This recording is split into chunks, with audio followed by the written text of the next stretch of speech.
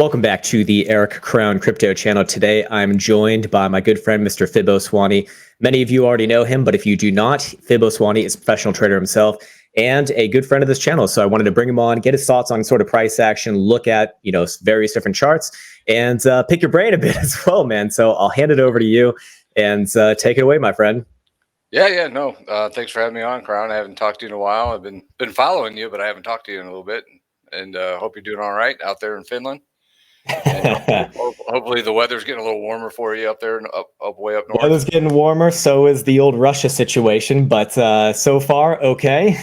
Yeah, you don't have any troops walking down your street, do you? Not yet. Not yet, man. All right. Well, that's good. That's good. It is indeed. Yeah. Getting a little bit hairier. Good. Yeah, man. So last time we spoke was maybe what, December? Is that right? Or did we speak in February?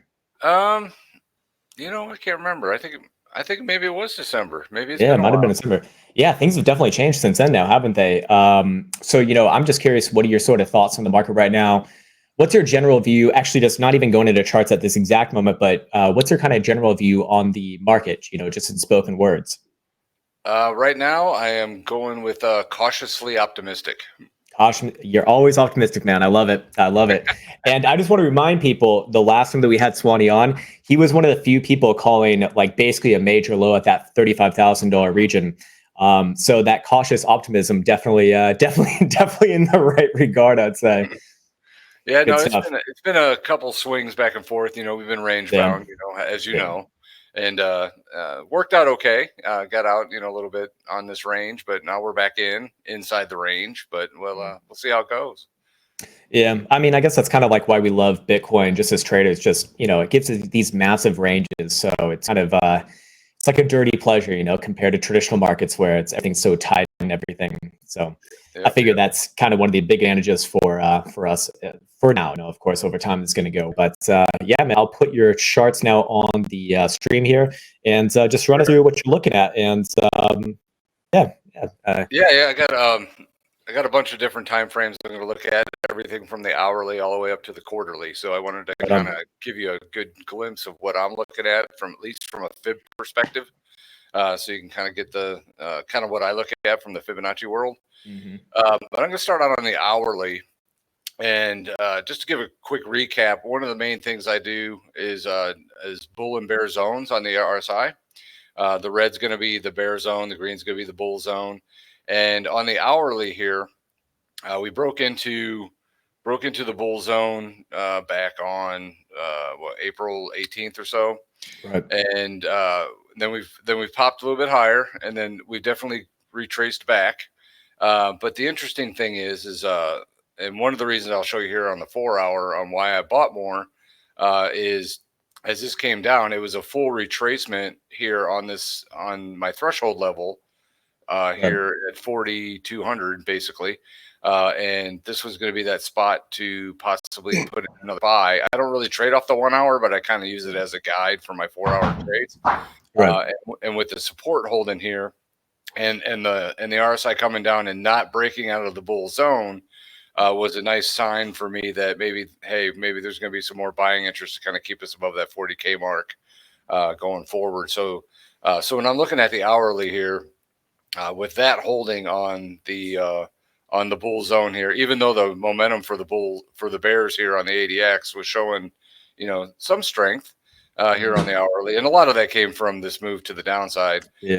But with it holding in the bull zone, even while the bears are trying to push, that was a good sign for me that, hey, maybe this support's going to hold here on the hourly. So flipping over to the 4 hour, now there's going to be a bunch on here. We're still in the bull zone here. So when you look at the bull and bear zones, we broke up into the bull zone at this point. These little green dots is where I've done my buying.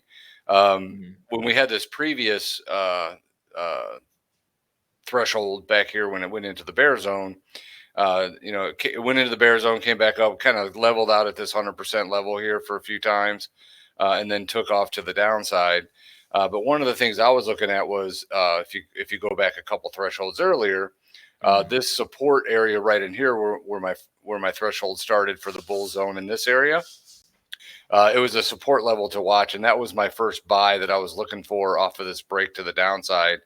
Just looking from the long side. I'm not playing any shorts at the moment, but when it went down into this area, I had an order in at this 100% level, came down and filled me in right here, and then it kind of popped up. So hopefully I was trying to front run this move to hopefully get back into the bull zone and maybe get us going and get us out of this range. Where we're, kind of been range bound for a while here. But I bought at this point, and then when we went into this threshold right here,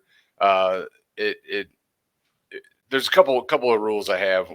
First of all, you have to get into the RSI, and it hit into the bull zone barely, but it did, and then the ADX showed momentum for the bulls, and then it popped higher, and then one of the criteria is that you have to close 3 consecutive settlements above the previous shallow fib. So when I have this threshold here for the bears, it had to settle 3 times above this. So I bought just for 1 second here, your shallow fib's a 382, correct? Yeah, the 38.2% level. Yep. I call it the shallow fib because it's just that first level that I look at for some possible support and resistance. The way that I actually learned it is the 382 is kind of where you expect corrections in line with the current trend for like a strong, trending movement.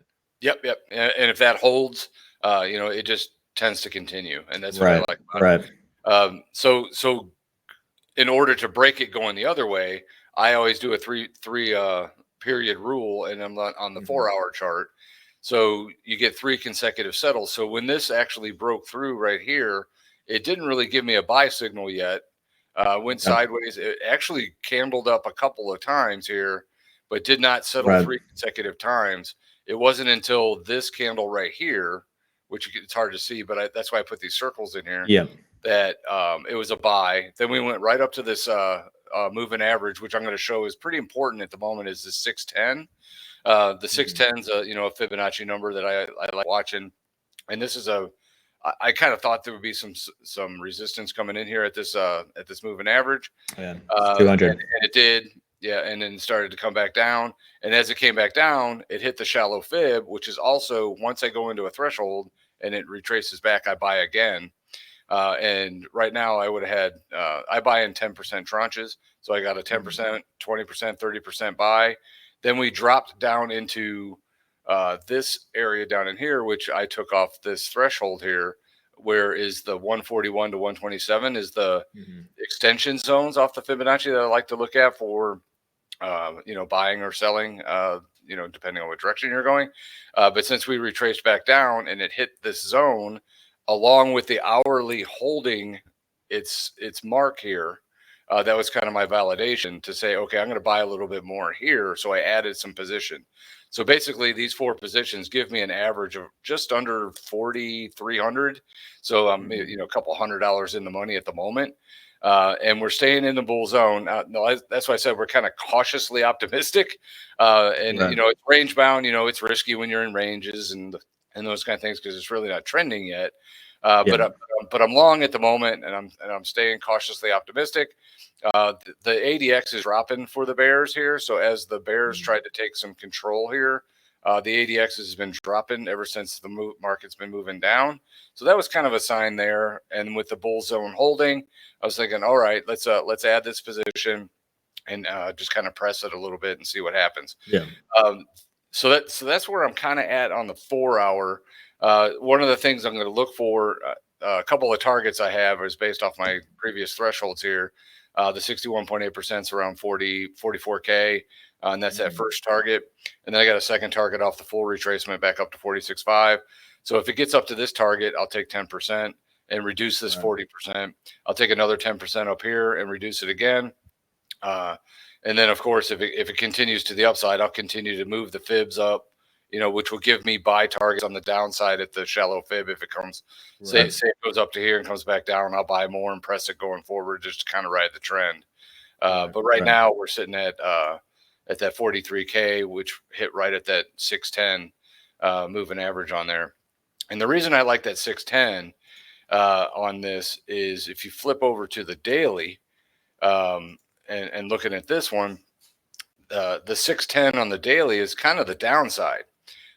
here on this, to where the support came in when it tested the other day, and then popped back up, hit the midpoint right here, which this midpoint of this range that we're in is basically this 610, which matches up. So that's why I was thinking there. I didn't take any profit there. I probably should have, but I decided to kind of wait out because my target was that original one that I've been kind of watching, was this 61.8% level. But this midpoint and that 610 on the 4 hour is what I'm kind of watching out as your resistance that we need to kind of bust through to get this thing going a little bit. And it'll get us above the 610 on the 4 hour. It'll get us above this midpoint right here, and get us into the upper part of this somewhat of a channel pattern that we're in. So I'm kind of looking at that. We're in the bear zone on the daily, so I haven't done any trades on this one. So I wouldn't buy on the daily until this actually breaks into the bull zone, gets its RSI back up, and it'll probably take getting up above this extension level that I have here. So if you're playing the short side on the daily, this would be an area to kind of sell it, sell into it, and work your way to the downside if you're going to do it. But right now, this range that we need to break out of, it to me, is in between these two 61 or 610s. So we got this 38.5 basically, and then you got the 43K. So we've been in this goofy range for a while. I'd like to break out of it and get some trend going, but that's what I'm kind of looking at the moment. So really not much going on the daily at all, besides just running this range a little bit. But my main trades are on the 4 hour at the moment, and that's what I'm kind of keeping an eye on. Any questions on those or anything before I go on to some other time frames? It's just super interesting to me to see all of the confluences between my sort of tools and the way that I look at things, and also the way that you're looking at things, seeing as we're using mostly a different tool set here, but coming to kind of like the same sort of conclusions. Like, look, it's a range bound market. Bitcoin above like 45,000, that's going to start to look like in the 4 hour would trend at that point, but that's not the same thing as a daily, obviously. But I'm curious to hear, you always have like these really interesting fib charts, like time wise, that kind of give importance to some date ranges. I think those have held up pretty damn well. I'm curious if you have any follow up on that. Yeah. As I jump into these macro time frames, oh, beautiful. Okay, I'll show you a couple things there.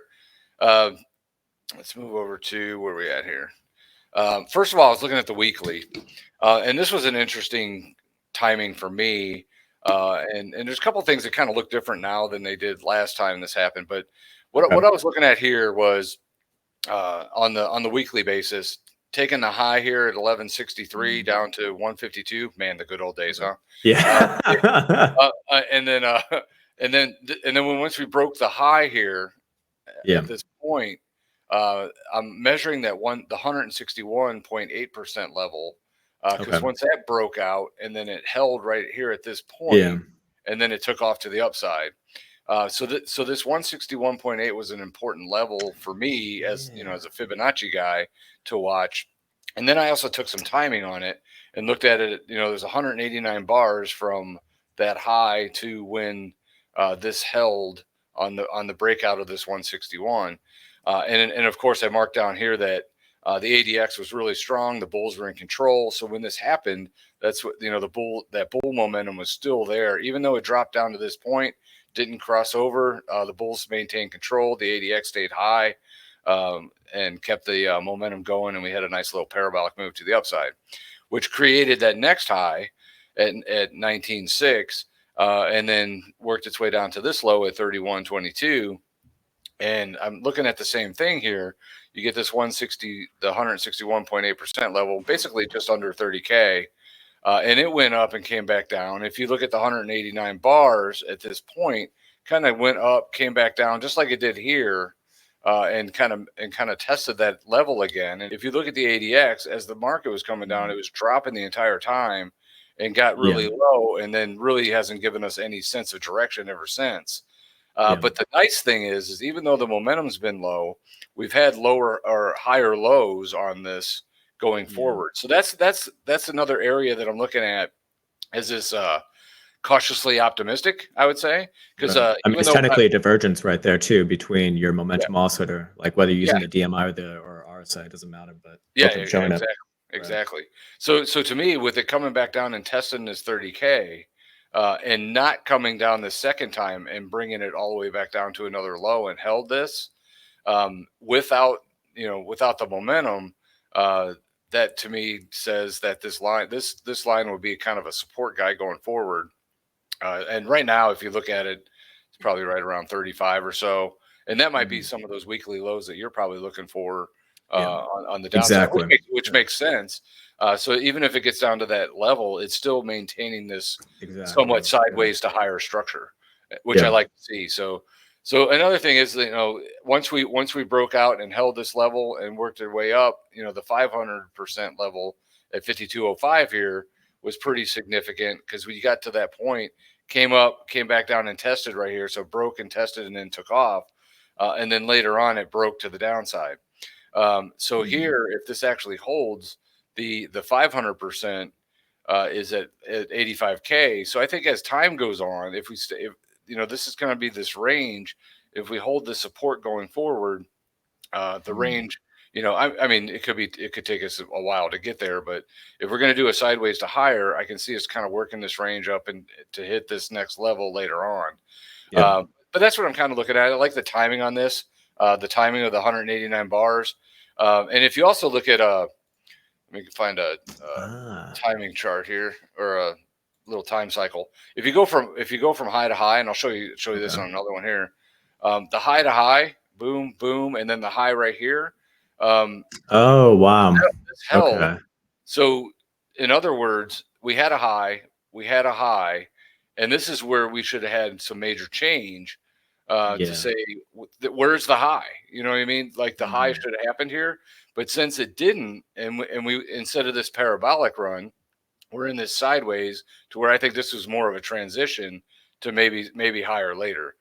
So just kind of Interesting. looking at some timing there, nothing too fancy, but I did like the way this larger structure kind of holds out. So when you look at this, if you flip over to what I've been following, this modified shift for a while, this Mhm. pitchfork, Okay. I really like. I marked it here. Really like this hold at support from a macro picture, because if you look at it from this breakout, you can look at it as a one, and then an ABC kind of Right. zigzag down to two. You had a nice long three. Then we had this ABC sideways, but it's a sideways Mhm. where it's the same. It's that same kind of look that we're looking at it on here with these higher Right. lows. And you hold this as a four, we could have a possible five to the upside. But Interesting. Okay.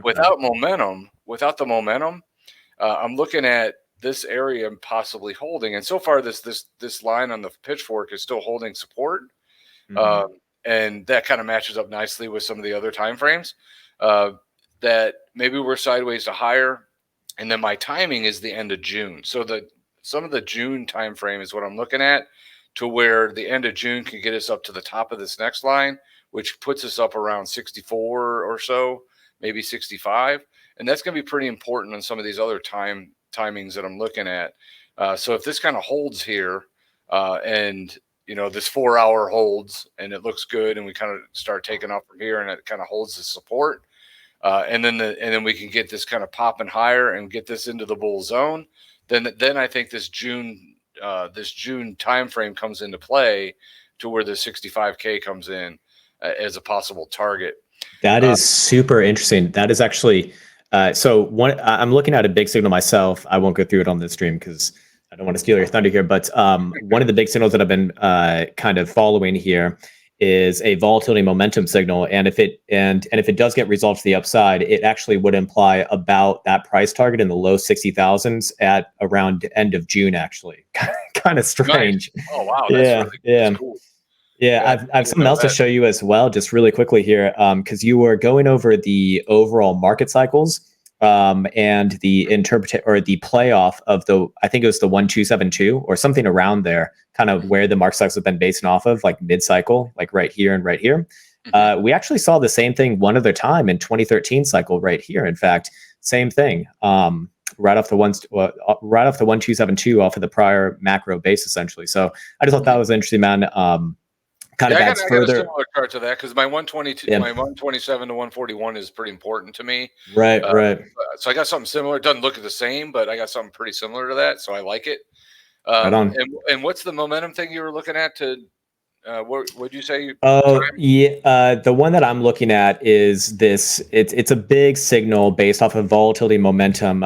Here, I'll throw it back up over here. Okay. The people who have been watching my channel, they're probably tired of Yeah, this I shit. remember But, this. Yeah, I remember yeah, this. this guy right here. So, basically, I'm looking for resolution on this. If we do get it resolved to the upside, it would imply like a 45% move up there, which at current price puts you in the low 60s, actually. So, still waiting on that one. But yeah, man, back to you. All right, cool. And I like the June time frame that you got there too. Yeah. And another thing is when I'm looking at when I flip over to the monthly, something to look at on here. A couple of things. I mean, there's a bunch of things on here, but I've been following this one for a while, and I got the timing on here with the timing of these lows. I got the low, we got a low here, we have a low here. To me, this is another low here. This one actually comes in September of 22, but to me, this one might be a little bit more of a. It all depends on what happens. Yeah, it just depends. It might be. Yeah.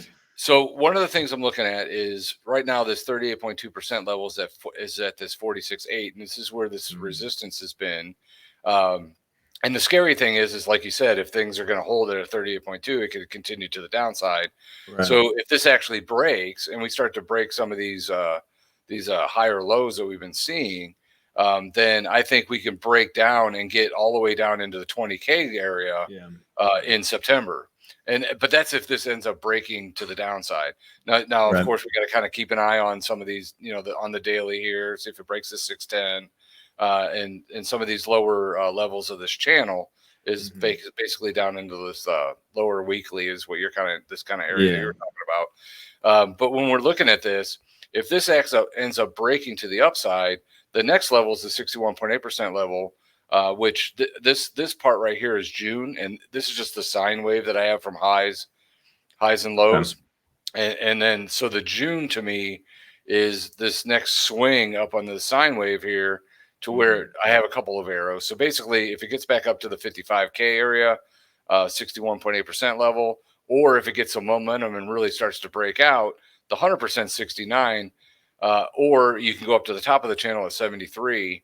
But the thing is, it can happen anywhere in here to give us this next move to the upside. So if we can break this 46.8 level on the monthly, so when you look back at some of these other charts, that's why I like some of the targets that I have here. I'm gonna trim here. I'll trim here, and this is right at that 46.5, which when you look at this. The 46.5 is right below here. So if I take some profit and it ends up coming down, that's great. But then also I'll have another 20%. So if it ends up breaking out to the upside, above this area, then I can get up in some of these extensions to make more. But right now, it could be anywhere in this range as a high for June. So once we break out of this point, I think we can get it up to 55. And then somewhere up into this candle area of that 65 or so, like what we're looking at on that modified shift, and then also on your timing. So June to me could be anywhere between 55 and 69, basically. But that's why I really like that 65, where this intersects off of these kind of highs up in here, and then the timing of this modified shift gives us that basically the end of June at around that 64. So that's what I'm kind of looking at there. But then if it gets up into this area here, instead of breaking down to 20K, if it gets up into this area, then this midpoint here would be an area to watch for me going. That's like a base. Yeah, as a base. So another way of kind of looking at it is if it does get up to, if it gets up to 65. Let's see where 65 is. So if it gets up to 65 and comes back down, 38.2 is. That's where 382 is. Yeah. Or if it gets all the way up to the previous high, which I like, if it gets up to that 69, which would be kind of cool, then the 38.2 kind of matches this 61 from last time, of course, because that's the range. But then if it gets up to the top of the channel for June, then that's when you're really going to be bullish. And if it comes back down, intersection here, the midpoint in this area, and here will be about 58.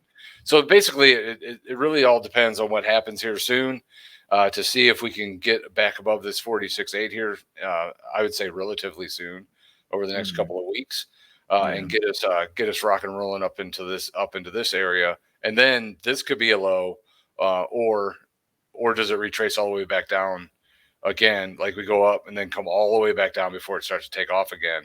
But we won't. I don't have another. My Fibonacci number would be here on this 5 on the 1, 2, 3, 5.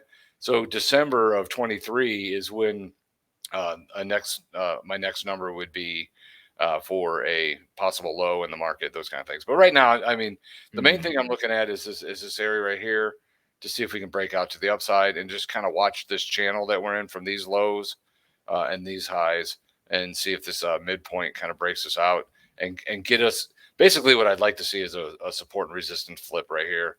If we get above this and get this resistance back to support, and then that's when I think these further out numbers of 85K later on into the year and into 2023, and maybe even higher. Maybe it goes up to the 800. Who knows? Yeah. But because I mean, it did here on this parabolic run, but we had momentum, and right now we don't. So as this starts to go, if we break the 46K and then we start to bring this ADX up, show some momentum internally, then I'll be a lot more confident that we'll see 60, 70, 80K. But right now, just sideways to higher. So I like the June. I like that June low possibility, or a June high possibility, and then that September low is something to watch for. So we're either going to be 20K or 50K. Best case, worst case. Love it. yeah. But right now, everything's kind of holding support, so I kind of like that. Yeah. And then the last one I had on here was a quarterly. I mean, really macro. But I wrote here that the structure is a little different this time. What I had here was I had this trend line, and it broke up to the upside. And then of course I take the rate of change from the low to the high here on the arrow here, take it from the break point out here, and then you met your target, and then it came up and then came back down and tested, and then kept going higher. And then as we made this high, I take my fib from that break point of the trend line up to the high, and then the 61.8% level was at 78.10, kind of held in here. And then it broke to the downside and then retraced. And we had that. That's when we had that 80% move to the downside. But at 61.8% level, that held at this point. Then when it didn't hold. It held to this point and then broke down. So once we had that move to the downside there, then this new low started, and then you had this next trend line that broke to the upside. Same kind of thing. Just took the measurement there, and then it hit the target. But this time around, when you take the fib from the break point to the high, the 61.8% level is at 33, which has been holding. And then that's when this cautiously optimistic trend line comes into play with the higher lows here, to where this structure is different this time. Because last time it broke the 61.8% and went down. This time it held the 61.8% and has maintained somewhat of a sideways to higher structure.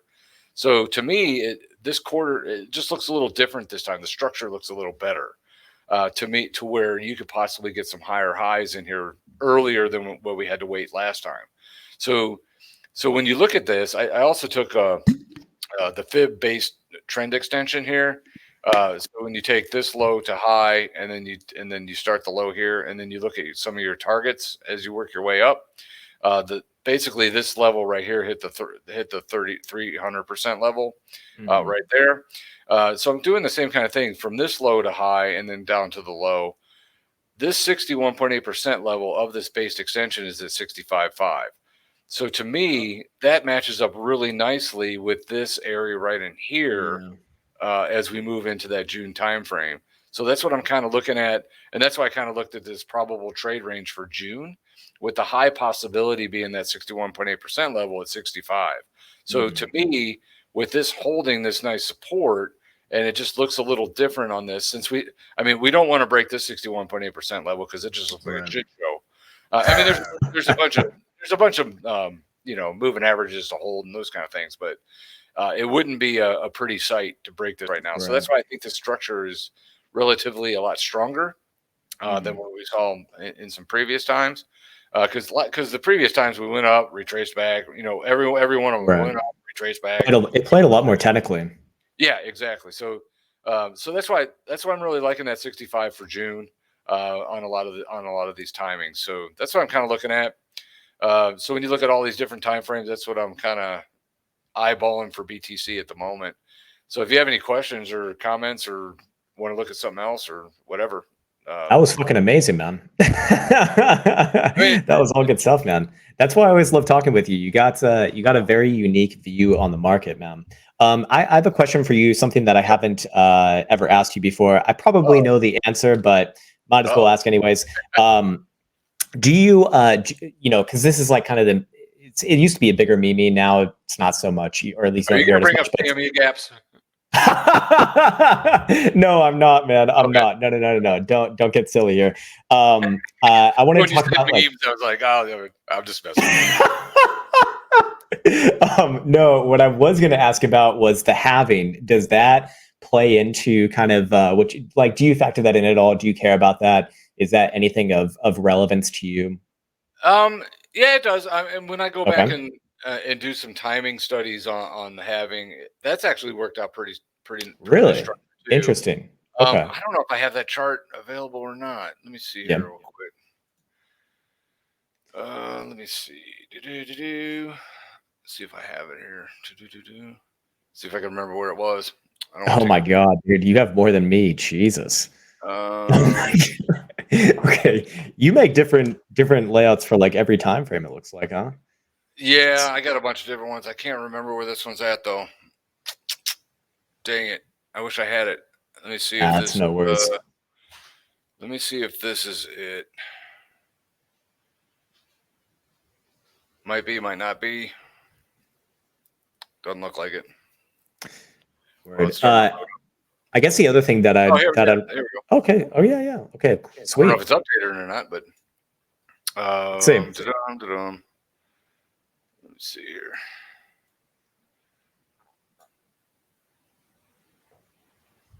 Yeah, this isn't it. I had some other studies, but yeah, I've done some studies on the halving. Now that you've asked it, yeah, I just don't have a chart off the top of my head, dude. I'm sorry. Right on. It's no worries, man. I think maybe a more relevant. Okay, I think a more relevant question that I could ask it would be, what is your current opinion on traditional markets, specifically with regard to NASDAQ and the tech sector? I'm kind of, I don't know if it's a weird thing or not, because everybody talks about, intermarket analysis and all this stuff. And there's nothing wrong with that. I'm a little more old school, and I look at everything individually. I just look at everything in their own market. Because to me, there's different players, there's different emotions, there's different things going on. So my whole thing when I work with these fibs is really just all about proportion, not about price. Right. And I'm really just measuring psychology. And sometimes the psychology looks completely different in different markets. And to me, when I do is I'll go back and do the historical analysis to find those zones on the RSI to figure out what's happening in those individual markets. Does it take a little bit more work? Yes. It's old school. I like to be in the charts, not messing around, just kind of looking at different ones. But there is something to be said about intermarket analysis. Don't get me wrong. I mean, there's definitely a correlation, but honestly, like unless you're trading like options and doing like cross asset strategies, I don't really see I'm kind of with you, man. I don't really see it, and that's how I learned as well. Like my mentor always told me, it's like, look, asset first, then you can look at the sector, and then you can look at the indice, and then you can look at your major spies and whatnot. But the asset first, always matters most. Like that's what you're actually fucking trading. So watch that one. It makes sense, But it's interesting to me today because I always see it across the land where people are trying to make correlations between NASDAQ, between SPY, between whatever stock and Dixie, for example. It's it can be interesting, it can work, but there's nothing's going to substitute for looking at the actual asset that you're trading. No, and I get it. I mean, it makes sense. I just like to measure each individual market because I feel like the players are different, and and sometimes it's the same player, sometimes it's not. You know, it depends on what you're looking at. But I was just looking at the S&P here. I haven't updated, but I'm just looking at it real quick. I like it for a bounce. Yeah, right now when you look at the bull zone here, it went into it really tightly, but it's still in the bull zone, even though it went into some negative, some bearish momentum. But so far, we're going to look at, this threshold here. I would actually go once it hit the bulls here. Basically, the first rate of change. I'm just doing this by eyeballing it. It'd be right about this point.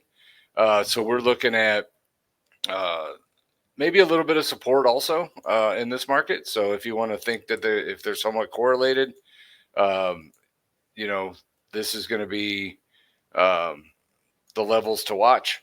So right now, off of this, you're looking at the 200% here near this previous low. As long as this bull zone holds, this is going to be somewhat of a buy-in here. I didn't update this, so all this stuff you can kind of not look at the moment. But right now, this move to the downside right here.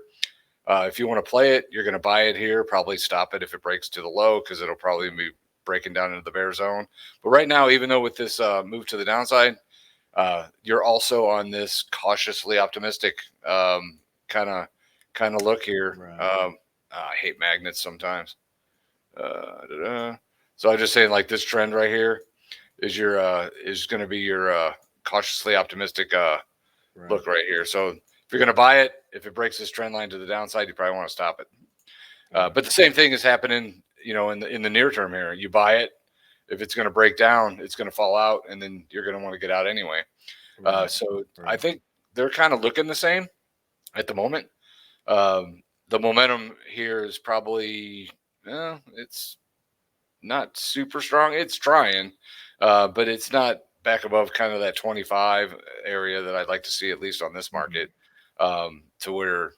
So you're looking at sideways to higher on the stock market also. So you got a little bit of correlation there. On Bitcoin, what are you thinking? What are you looking at on that? On SPY, kind of the same thing as you. It's like, look, just pulled back into what is technically speaking a higher low right now, and you just got a higher high on your short-term time frame. So I treat it as potential reversal in progress, and I don't look at it otherwise until you break below that 43.60 low. If that happens, then yeah, send it back down to your March lows, fine. But for right now, it's like you play the setup as it is, and anything back above 44.50, and I think you just got a major bear trap, and this thing probably flies back up towards 46 plus. That's I mean, the problem with the traditional markets though is that it just fucking floats so goddamn much. I'm so glad to not be trading it anymore. Bitcoin. I mean, honestly, man, I'm not. I know what you mean. Dude, you know what I mean, man. I think Bitcoin just trades a lot more technically compared to SPY and traditional markets. I mean, the problem with SPY especially is that you have like daily expiration options, it seems like every fucking day. So there's always games played with that. And and a lot of those. Yeah, exactly. So to me, it's like Bitcoin. I honestly think, dare I say, it's a little bit easier just for that reason. But yeah, man. Makes sense. Right. I wanted to ask you back on Bitcoin here, just like, some theoretical questions. What would be on the macro scale, your sort of like point of no return, things are fucked at this point, and you might as well, give up the Moon Boy dreams for a while? Really on this weekly, if we break this trend line to the downside, I think we're effed. You think that's it? Yeah, pretty much. So, I mean, basically, you're looking at this trend line is kind of what I'm talking about right here. Yeah. So if we get that back down below, basically, let's see, whatever that low is right here. Yeah, 35 or so. Yeah. If we get back down below 35, because not that it can't go like wick down below the trend line, but it like if you're looking at it on a weekly basis, if we get 3 consecutive weekly settles underneath this trend line, then yeah, I'm probably going short because it's gonna break out all my L8 wave counts. It's gonna break out. It basically breaks out a lot of different patterns. Even on the monthly, if that weekly starts to break down, then this right here is going to be your major ceiling. And then if it starts to break down some of these levels, it makes a, because right now we got a higher low, higher low, higher low, higher low. If it actually breaks down in one of these months and falls, that to me is not good. That's when we're going to really be ugly. Because if you look at the just taking a trend based extension, if you go off of this to this point and this holds as a high, you're looking at 25.9 as a minimum, but you could get that's a big one for me. Yeah. Yeah, I mean, it could get pretty ugly pretty fast. And that's why I was thinking, like, if this ends up holding and breaking down, and basically it's going to be, I'm really watching this area in here to break down, because if you break down here and go all the way down to this point, this level intersection down here is around 26 or about 25 or 26 on this line here. I mean, maybe if you go out a little further, you're maybe talking 27, 28. But right in here, if this breaks down, that's going to be that next level, maybe even all the way down to here, down to the 20K line, like it did here on this retracement. But really, that's why I've been saying cautiously optimistic, because I really want this level to hold, because if it doesn't, that's when I think it's going to be a complete shit show. Yeah. And that's probably going to take a couple of years to resolve at minimum. I would think it could be something pretty bad. Where's that other timing one I had? Even on this, like the next one would be September of 22. So if this ends up breaking down, we could actually go straight down for months all the way into September. And then that's where I think that that previous 19-20K could be a possibility of being tested if that ends up breaking down. But I'm really keeping an eye on, and maybe you can see it on the daily a little better. Like, well, maybe let's see. On the weekly, it's right around the trend line. Basically, if you went straight down there right now, it's about 35. So if you're looking at on the daily, basically the bottom of this channel, like if everything went straight down right now, that you're looking at around those areas. So basically, if we break out of this channel to the downside on the daily, that kind of corresponds to that line on the weekly, to where at minimum the break of this 141 brings the 200% into play, which is 32. But if it gets really ugly, I don't know if I have the 300% on there or not. I don't. It could get pretty bad. In other words, if this ends up breaking and getting down to these levels, what I would do is, once you make new low, if it got down to this 32, I would actually look at it this way. And oh shit, what did I hit? Get rid of that. The next zone down here is 26 to 28 on the extension. So if this ends up breaking, that's when I think it could drop pretty hard into these areas. But I don't know. I'm kind of sticking with this is holding. This is holding right here. Now, if it doesn't, then we're out. Maybe I'll make a little profit. Maybe I'll break even, and then just set up for the next one. But that's right trading. Now, that's trading. I mean, that's what you got to do. So but if this holds and we bounce from here, and this actually kind of holds this bull zone and doesn't go into the bear zone, that's going to be the first good sign. If it doesn't, then that's when I'm going to be concerned of this 610 breaking down on the daily. And if that does, that to me that's going to be 3 consecutive settles under this 610 would really bring in the ugliness of breaking this trend line and bringing this down into those mid to low 20s from now until September. Let's not let that happen. Let's get some here. But that's kind of where I think, and it really comes down to that the macro picture that I was looking at on, where was it? Maybe I lost it. Let's just go with this one. This is, if we break this 33 and we start to break down, that to me is really bad. Just like this whole structure, you went up, broke the 61.8%, we retraced. This 61.8% at 33 really needs to hold, and it's right on this longer macro trend line. That to me, we break that, and I'm buying, $20 puts. I like it, man. I like it. You think that's a good place to leave off on a nice positive message? Some destruction and death. Hey, I'm trying to stay optimistic here. Cautious. I'm there with you, man. I'm there with you, brother. That's why I love you, Swanny. Let people know where they can find you. Let people know where your socials are. I think you're most active probably on Twitter, maybe TradingView. Yeah. Everything is FiboSwanny, FiboSwanny. That's my handle on Twitter. That's my handle on TradingView. And FiboSwanny.com is just the website I have. Little things out there. That's what, mainly Twitter. Just if you really want to get a hold of me, just kind of go out on there. If you want to message me on Telegram, it's FiboSwanny there too. Beautiful. Alrighty, all of those will be linked in the description below. Definitely your Twitter, TradingView, and website. Guys, I strongly encourage you to check out Swanny. He's not just a good friend, but he's actually a serious and value trader. So I will leave off on that note. I want to thank everyone for watching. Thank you, Swanny, for joining us once again, man. And we'll obviously, as always, man, we'll have you back in when the times are relevant yet again. So with that said, take care, everyone, and see you soon.